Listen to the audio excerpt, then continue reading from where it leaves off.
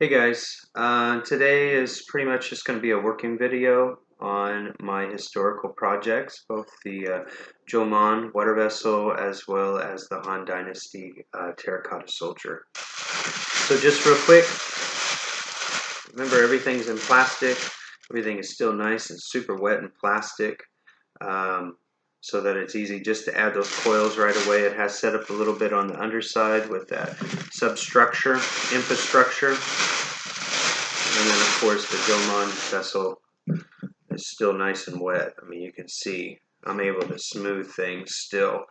I haven't touched it at all since the last video. Again, I want to make sure that these videos coincide with working instruction as well, so I'm not doing any extra work to them without it being documented via the video, just as if we're in the classroom setting. All right, so that I'm not suddenly 30% along and you go, where did that 30% go? So I want to make sure that it's visually there. Because it's still really wet, I don't have to slip and score. All I have to do is start working. So I think the dampness with the Jomon piece is greater than the terracotta. So I'll start with the terracotta warrior.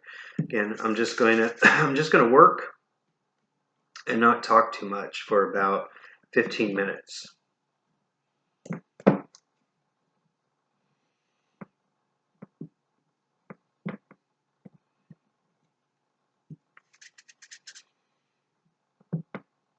Keeping the coils thicker. Remember, like I said last time, especially around the ankles, I'm pushing my finger in there to smooth out the coils.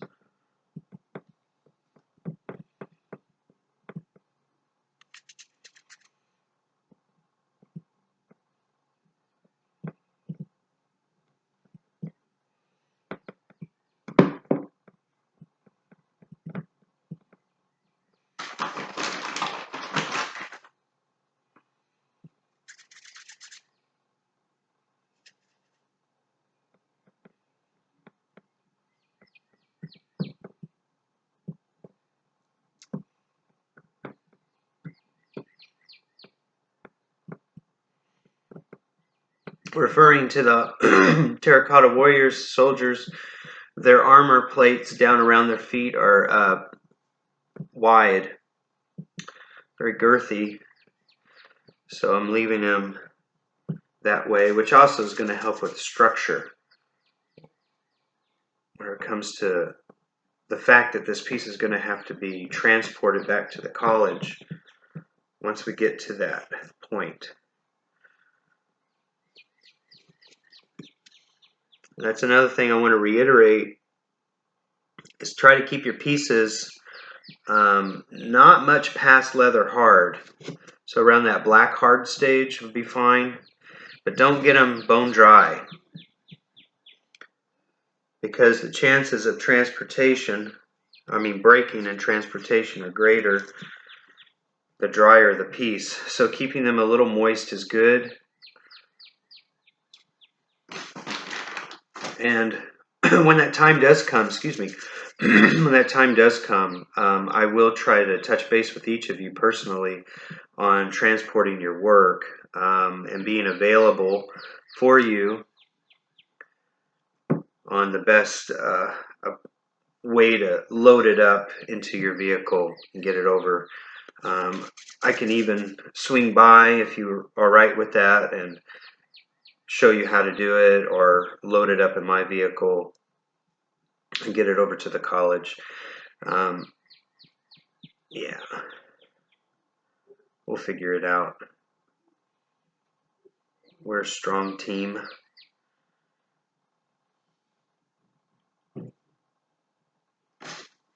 See, I'm trying to keep the legs close together as possible.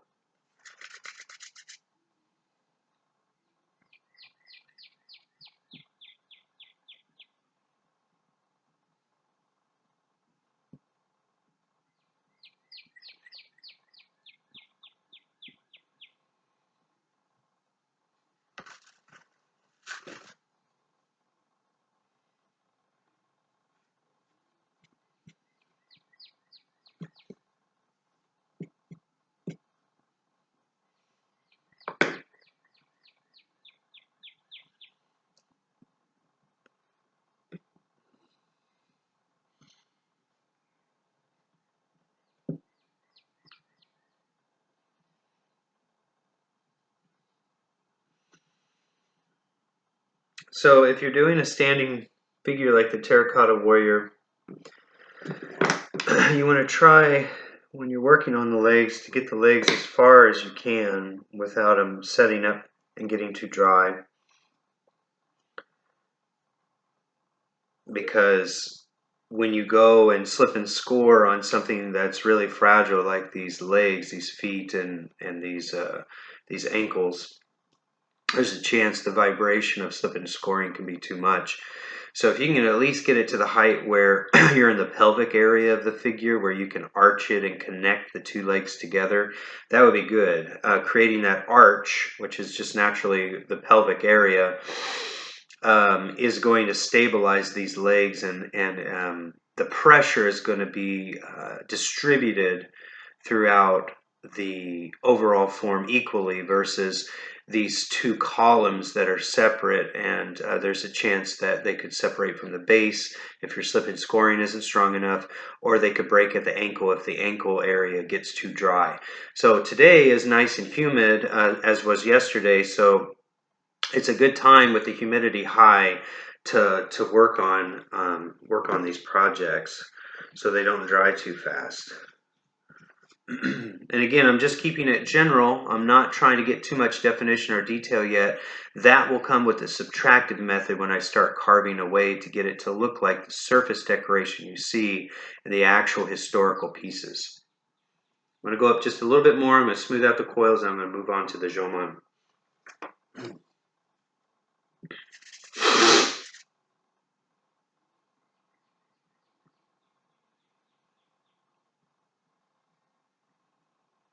I have to clean my room today. My room is my studio, so I have clay all over the floor, and it's spring cleaning time anyway.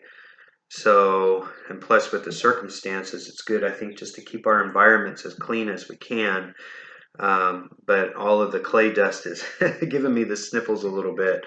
So in the studio environment, it's not that bad, but whenever it's your living environment, sometimes it can be a little more challenging when you don't have a studio separate from your living quarters. Not yet. Not yet.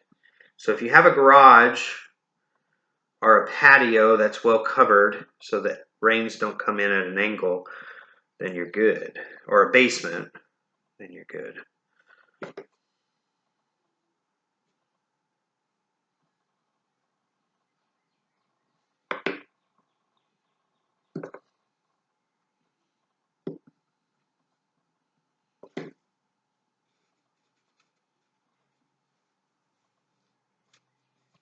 Can do a little bit of definition here where the armor on the foot will meet with the armor on the heel in the front. So again, referencing these images online is important.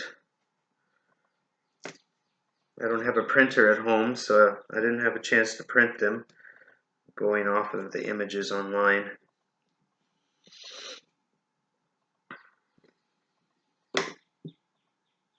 Again, defining that space between the foot and the shin.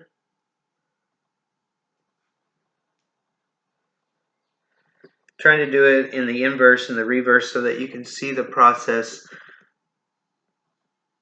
a little better. So I'm not flipping it towards me and you're not seeing what I'm doing. So I'm trying to train my brain to do it in reverse, which is something kind of new for me, working in video format.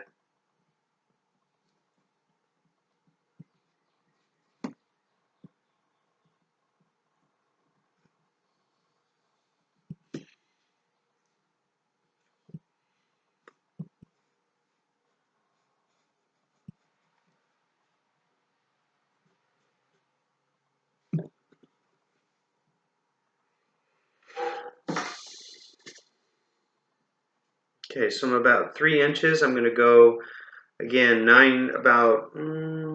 probably 9 to 10 inches off of the plinth. So we're looking pretty good. All right, put that aside. Jomon.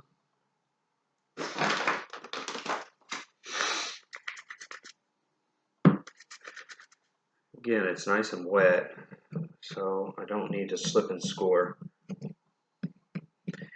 Remember with this last time, we were already pretty close to the diameter we need.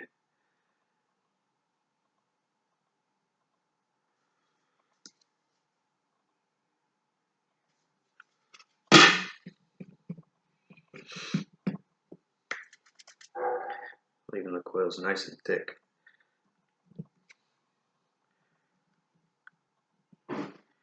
I had a chance to grab a banding wheel, but I didn't because you all don't have them. Well, if you have a Lazy Susan or something from your kitchen, you can utilize that, or if you've gone to a clay distributor and you have one at home already, that's great. But I figured most of you might not have access to certain tools, so I didn't want to present videos with certain equipment and you don't have access to them. So I'm trying to think of equity. I'm trying to keep everybody on a similar playing field.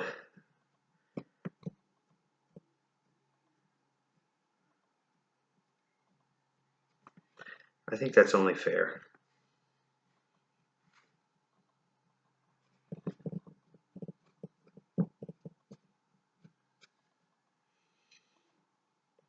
So I'll send this in another email. I just sent one before I started this video that we're going to have a virtual classroom on Thursday at 1 o'clock. So we can see each other, talk to each other, see how we're doing, give each other support, look at our work, critique it a little bit, and continue on. We'll do it for about an hour.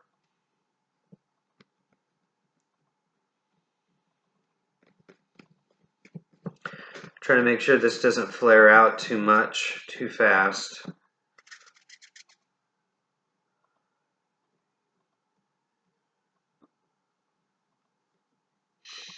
These videos go so fast. We're already at 13 minutes. But again, the rule of thumb is you go about 3 or 4 coils high and let it set up so that it doesn't sag. Like, I don't want this form to expand out too much more because I'm already starting to get the width that I need, and then it's going to start coming in. It actually can even go up more at this moment to speak more true to the historical piece.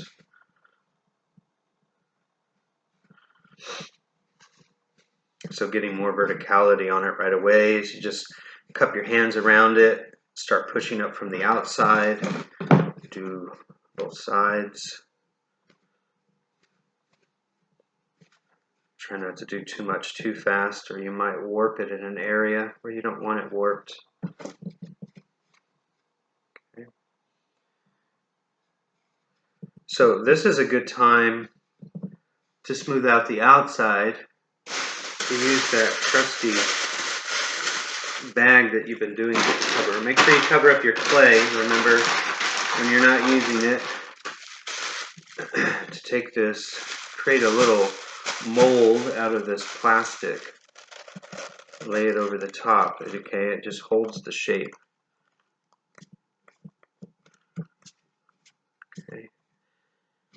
Now's an opportunity. Remember, don't worry about too much of this clay on the bottom because we're going to end up carving a lot of that away. But you want the foot, which is here, right, to reflect equally or symmetrically the rest of the shape, which it is. But now what I want to do is all these coil marks, smooth them out.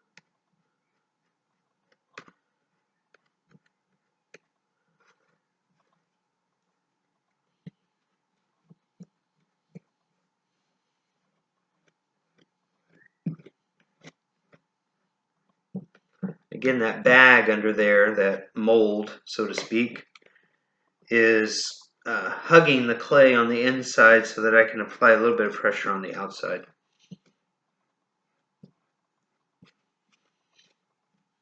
You can also use your finger, like so. If the coil marks and the cavities and the grooves are deep, you come in like this.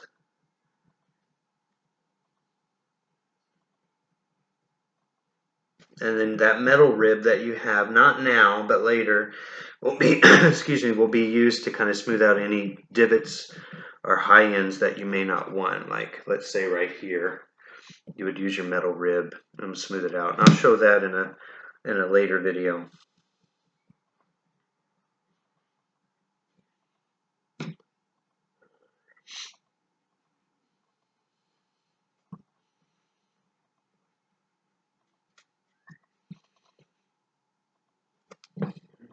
Okay, all right.